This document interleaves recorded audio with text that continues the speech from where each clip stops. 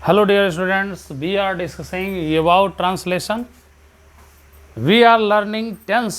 हम लोग टेंस पढ़ रहे हैं और हम लोग प्रेजेंट इंडेफिनिट टेंस के अफर्मेटिव और नेगेटिव सेंटेंस पिछले वीडियो में पढ़ चुके थे। तो यहाँ पर ध्यान देना है प्रिय छात्र छात्राओं कि अब हम लोग इंट्रोगेटिव सेंटेंस चल रहे हैं सीखने कि किस तरीके से प्रेजेंट इंडेफिनिट टेंस के इंट्रोगेटिव सेंटेंस को हम लोग ट्रांसलेट करेंगे हिंदी से अंग्रेजी में। तो आइए, सेंटेंस कुछ दिया गया है कि क्या राम का भाई भोजन खाता है। देखिए, पहचानिए पहले सेंटेंस। खाता है, ता है, तो समझ जाइए प्रेजेंट इंडेफिनिट टेंस है। ता है, ती है, ते है, पहचान में आपने देखा है पिछले वीडियो में। और यहाँ पर क्या शब्द से शुरू हुआ है, तो जब क्या शब्द से कोई वाक्य शुरू होता है तो टेंस की जो सहायक क्रिया होती है कर्ता के अनुसार उसे पहले लिख देते हैं। राम का भाई सिंगुलर है, राम्स ब्रदर, तो ब्रदर सिंगुलर है, इसलिए डच को पहले लिख दिया जाएगा और ये क्या की अंग्रेजी पूरी हो जाएगी। उसके बाद में सब्जेक्ट लिखेंगे डच के बाद में कि डच राम्स ब्रदर। उसके बाद मुख्य क्रिया लिखेंगे ईट, फर्स्ट फॉर्म प्रेजेंट इंडेफिनिट में, और भोजन की अंग्रेजी फूड। तो Dutch Ram's brother eat food, क्या राम का भाई भोजन खाता है। दूसरा सेंटेंस है कि वह लोग मेरे घर पर क्या खाते हैं।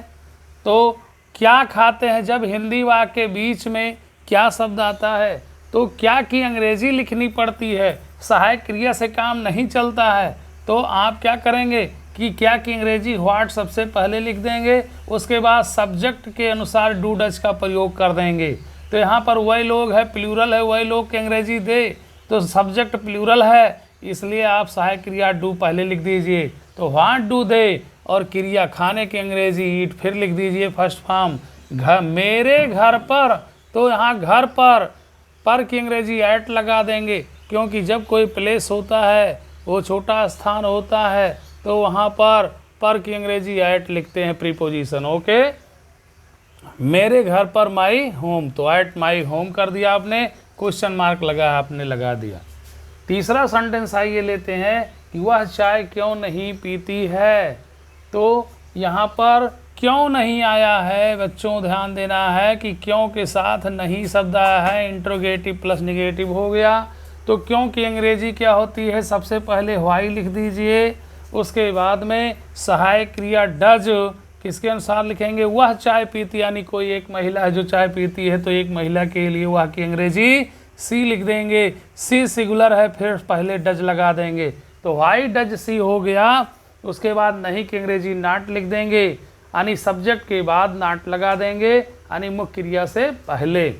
तो यहाँ पर चाय को पीते हैं अर्थात चुस्की लेकर पीते हैं, इसलिए यहाँ पर टेक लिखेंगे, ड्रिंक का प्रयोग नहीं करेंगे। जब हम सुरुक कर पीते हैं तो टेक लिखते हैं, ड्रिंक नहीं लिखते हैं, इसलिए यहाँ पर टेक लगा दिए।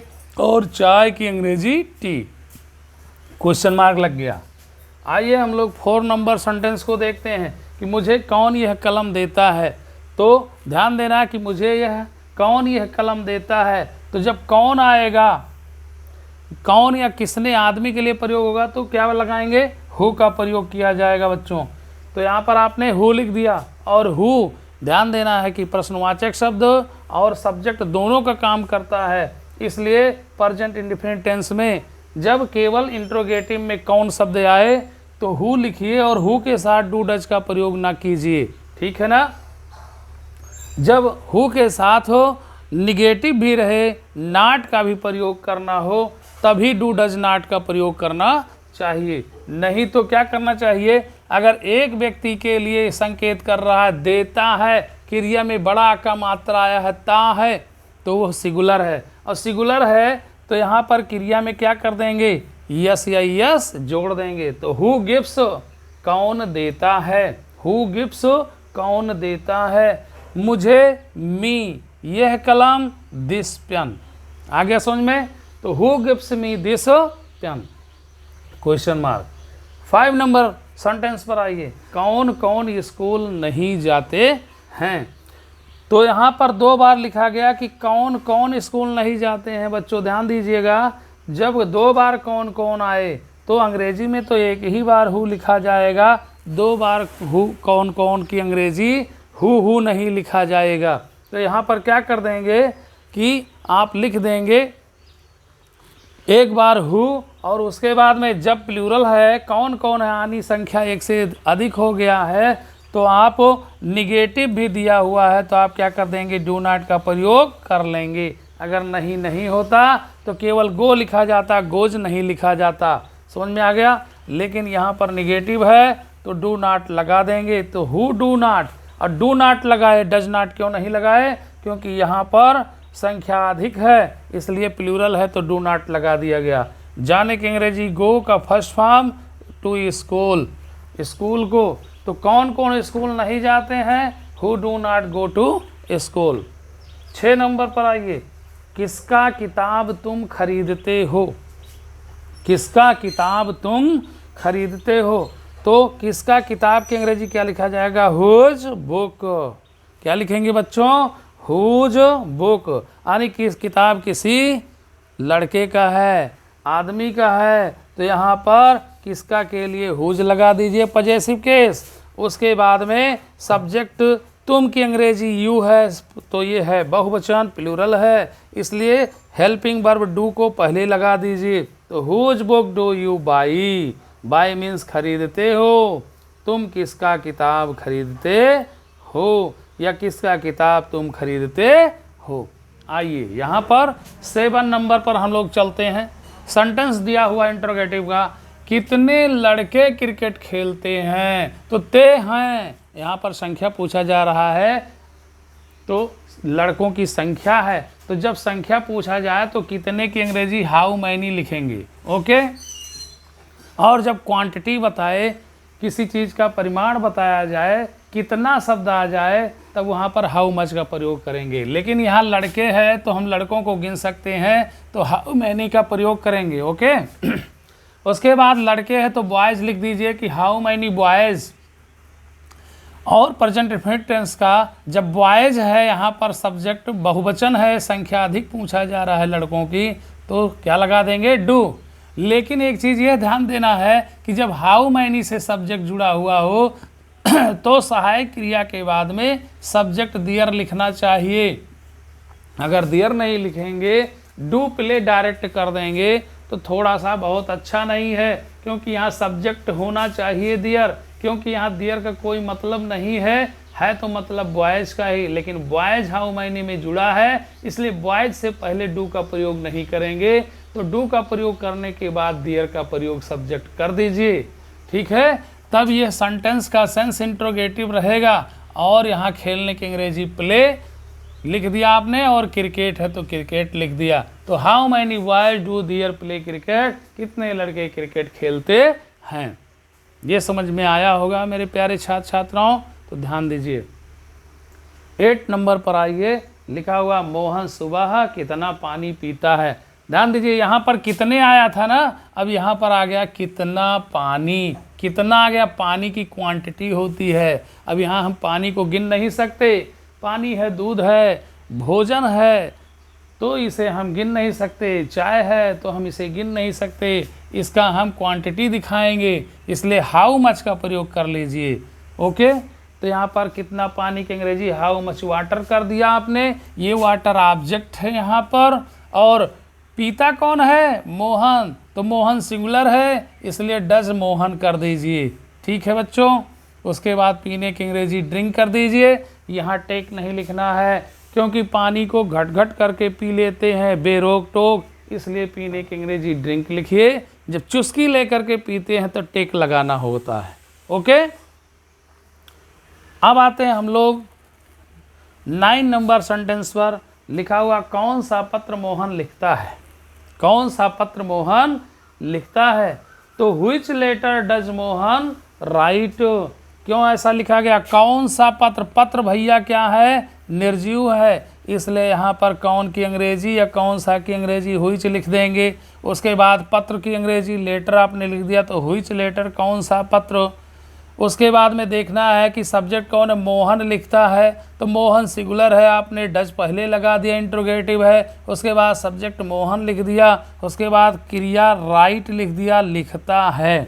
तो which letter does Mohan write, कौन सा पत्र मोहन लिखता है। तो आइए ध्यान देना है कि प्रेजेंट इंडेफिनिट के इंट्रोगेटिव सेंटेंस रहे ये, और इसी तरीके से हम लोगों को सीखना है प्यारे बच्चों। तो ध्यान देना है कि किस प्रकार का इंट्रोगेटिव वर्ड है, ठीक उस तरीके से हम लोगों को लिखते रहना है और इंट्रोगेटिव वर्ड को रट लीजिए। आइए हम सारे इंट्रोगेटिव वर्ड का चार्ट दे देते हैं। ओके, आइए यहाँ पर हम लोग देखते हैं इंट्रोगेटिव वर्ड्स हैं। प्रश्नवाचक शब्द दिए गए हैं, लेकिन प्रश्नवाचक शब्द का अर्थ कब प्रश्न में किया जाता है और कब उसका असर्टिव भाव लिया जाता है। तो यहाँ पर जैसे वर्ड हैं उनको पढ़ लेते हैं और सेंटेंस में हम लोग सीख लेते हैं कि कब वो इंट्रोगेटिव होगा और कब वो असर्टिव होगा। तो प्रिय छात्र छात्राओं ध्यान दीजिए, जैसे शब्द लिखा व्हाट मीन्स क्या, और असर्टिव में होगा क्या की। व्हाई मीन्स क्यों, तो असर्टिव होगा क्यों की या ज्यों। व्हेन मीन्स कब, तो क्या होगा असर्टिव में जब। व्हेयर मीन्स कहाँ, तो असर्टिव में होगा जहाँ। हाउ मीन्स कैसा या कैसे, तो असर्टिव में होगा जैसा या जैसे। हु मीन्स कौन, तो असर्टिव में होगा जो व्यक्ति के लिए। हुज किसका, तो असर्टिव में जिसका। होम मीन्स किसको, तो असर्टिव में जिसको। हाउ मैनी कितने, तो असर्टिव में जितने।